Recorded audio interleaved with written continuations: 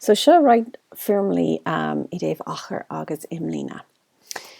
So drain log. So ná bí bóthar am meallar cad is brí leis rudí mar seo an B agus an L. So clean sé sin length and breadth, okay? So tá sé sin astrathe ón béir leis sin an fág a méid na rudí seo ein. Ins na Foirmlí mata tá siad níl siad ein, just chun rá. Tá níl na Foirmlí do achar agus imlíne drain log nó cearnóg. So beg earth iad sin a bheith arlas go a glandiar. Okay, so ach tá si déint a gannis ó bunscoil suscadíon trí a bhíon an méid sin warnta gur cheart dún é sin a bhar arlas ging. So achar drain log just an fad lehead. Okay, alrigation fá sin. An imlín an sin simig é seo agus sin an imlína. An rud céine leis an cearnóg fad fá lehead. So sin X fá X a cá seo de bhór ar cearnóg tá na ceara sláasar ar an fad céine. Tá siad ar cóvéid. So an fad seo sin X fá an fad sin X sin an achar. An imlína sin X móda X móda X móda X so sin ceara irid X. An tríantán is sé an achar de tríantan ná daingered it's an bown, okay? So piuk it's ein sláasa na achar sin agus aber gurbéis an bown, that's the base.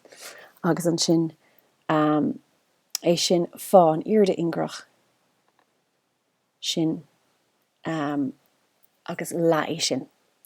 Okay, so la an bown fá an irde ingrach sin achar. Okay, so sin fá goil si taréis ro la an bown fá an irde ingrach. Cóhrúhrán sin cosúla gá tríantán, okay? So in an la an bown fan irde ingrach sin just an bown fá an irde ingrach de sin. Okay, so sin antachtach. An imlína de tríantán agus de cóhrúhrán éis is just imlína, so just simig, sús, sláasa, fad sláasa sin agus an fad an tríú sláasa. Rud céine leis an cóhrúhrán simig fad an sláasa seo le fad an sláasa sin. Ag an puinte seo is féidir leat a rá, okay, already sin fá go, mar tá na fad na sláasa ó córacha ar cóvéid. So is féidir leat a rá é sin, móda é sin, no is féidir leat a rá é sin fádó agus an sin simig é sin go léir le é seo móda é sin, no just é fádó. So ríis is é an imlína de cóhrúhrán nó simig sús fad ach sláasa, nó is féidir leat a rá simig sús sláasa bháin agus an sláasa in aice leis fad é sin agus already sin fádó. Okay, so sin an imlína. Trapezium mar dúirt mé is cahar sláasán é a bhfuil gá slis cóhrúir. So tá slis seo agus an slis sin tá si cóhrúir le chéile. Okay, níl siad an fad céine ach tá siad cóhrúir le chéile.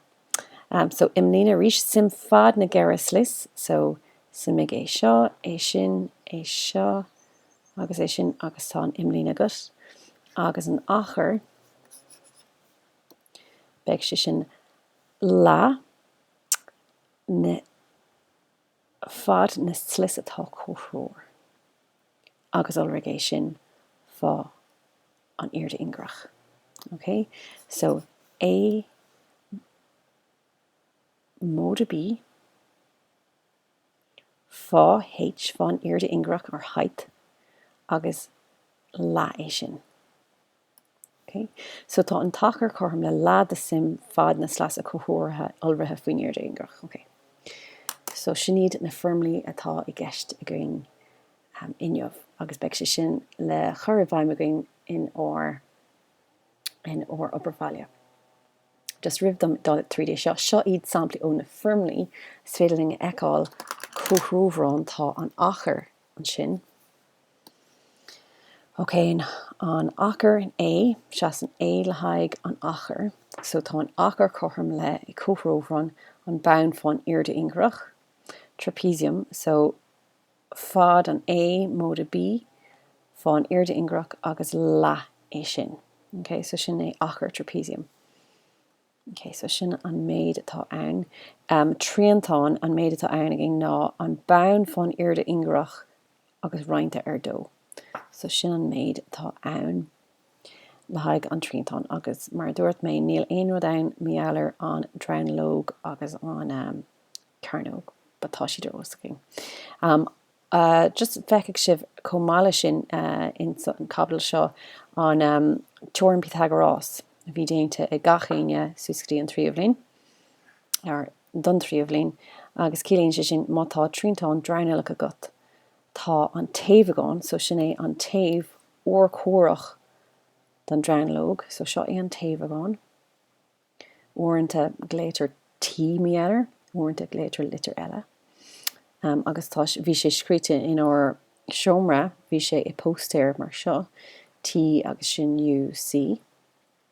Agus bhí sé ráite mar seo, sin é teoirn Pythagoras, agus a cás seo, tá siad ag úsáid A, B agus C. So, teoirn Pythagoras, taobh amháin in aice leis an drownlóg, cearnatha, móda, taobh eile in aice leis an drownlóg, cearnatha, or an drown uilim bhí ceart amrá, chorm le C cearnatha, an taobh agán, cearnatha.